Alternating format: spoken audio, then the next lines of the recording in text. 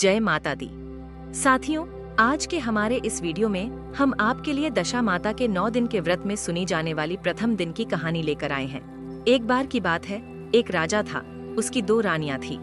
बड़ी रानी के संतान नहीं थी, छोटी रानी के पुत्र था। राजा छोटी रानी और राजकुमार को बहुत प्यार करता था। बड़ी रानी छोटी रानी से ईर्ष्या करने लगी। बड़ी रानी राजकुमार के प्राण हर लेना चाहती थी। एक दिन राजकुमार खेलता खेलता बड़ी रानी के चौक में चला गया। बड़ी रानी ने राजकुमार के गले में एक काला सांप डाल दिया। छोटी रानी दशा माता का व्रत करती थी। राजकुमार दशा माता का ही दिया हुआ था। दशा माता की कृपा से राजकुमार के गले में सांप बिना नुकसान पहुंचाए चला गया। दूसरे दिन बड़ी रानी ने लड्डुओं में जहर मिलाकर राजकुमार को खाने के लिए दिए। राजकुमार जैसे ही लड्डू खाने लगा तो दशा माता एक दासी का रूप धारण कर आई और राजकुमार के हाथ से लड्डू छीन कर ले गई। बड़ी रानी का यह वार भी खाली गया। रानी को बड़ी चिंता हुई कि किसी भी तरह से राजकुमार को मारना है। तीसरे दिन जब राजकुमार फिर बड्ढी रानी के आंगन में खेलने गया तो रानी ने उसे पकड़ डच कर गहरे कुएं में धकेल दिया। चूंकि कुआं बड़ी रानी के आंगन में बना था, इसलिए किसी को भी पता नहीं चला कि राजकुमार कहाँ गया। लेकिन जैसे ही बड़ी रानी ने राजकुमार को कुएं में धकेला तो दशा माता ने उसे बीच में ही रोक लिया। इधर दोपहर हो जाने पर राजकुमार के न लौटने पर राजा छोटी रानी को चिंता सताने लगी। दशा माता को भी इस बात की चिंता हुई, राजकुमार को उसके माता पिता के पास किस प्रकार पहुंचाया जाए।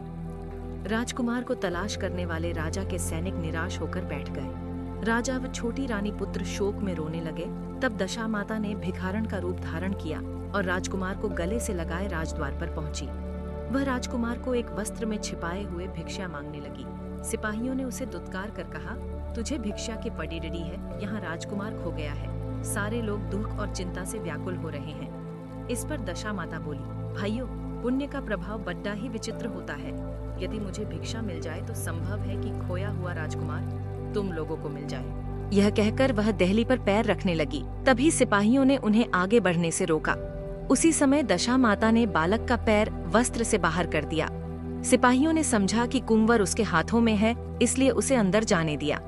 दशा माता कुंवर को लिए हुए भीतर चली गई। उसने राजकुमार को चौक में छोड़ दिया और वापस चली दी। परंतु रानी ने दशा माता रूपी भिखारिन को देख लिया और तुरंत कहा, ठहरो, कौन हो तुम? तुमने 3 दिन मेरे बेटे को छिपा कर रखा। तुमने ऐसा क्यों किया? तुम्हें मेरे इस प्रश्न का उत्तर देना होगा। दशा माता उसी समय ठहर गई।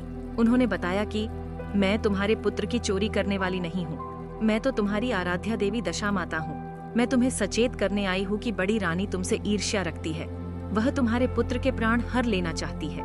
एक बार उसने तुम्हारे पुत्र के गले में काला सांप डाला था, जिसे मैंने भगाया। दूसरी बार उसने इसे विष के लड्डू खाने को दिए थे, जिन्हें मैंने उसके हाथों से छीन लिए थे। इस बार उसने तुम्हारे राजकुमार को अपने आंगन के कुएं में धकेल दिया था, तब मैंने इस बीच में ही रोककर रक्षा की। इस समय मैं भिखारिन के वेश में तुम्हें सचेत करने आई हूँ। यह सुनकर छोटी रानी दशा माता के पैरों में गिरकर क्षमा मांगने लगी। छोटी रानी विनती भाव से बोली, जैसी कृपा आपने मुझ पर दर्शन देकर की है, मैं चाहती हूँ कि आप सदैव इस महल में निवास करें।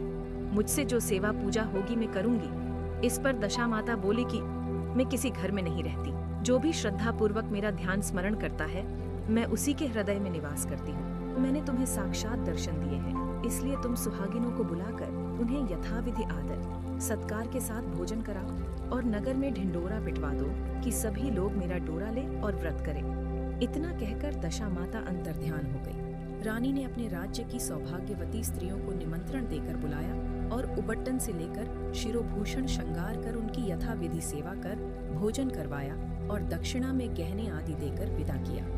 रानी ने अपने राज्य में ढिंडोरा पिटवा दिया कि अब से सब लोग दशा माता का डोरा लिया करें।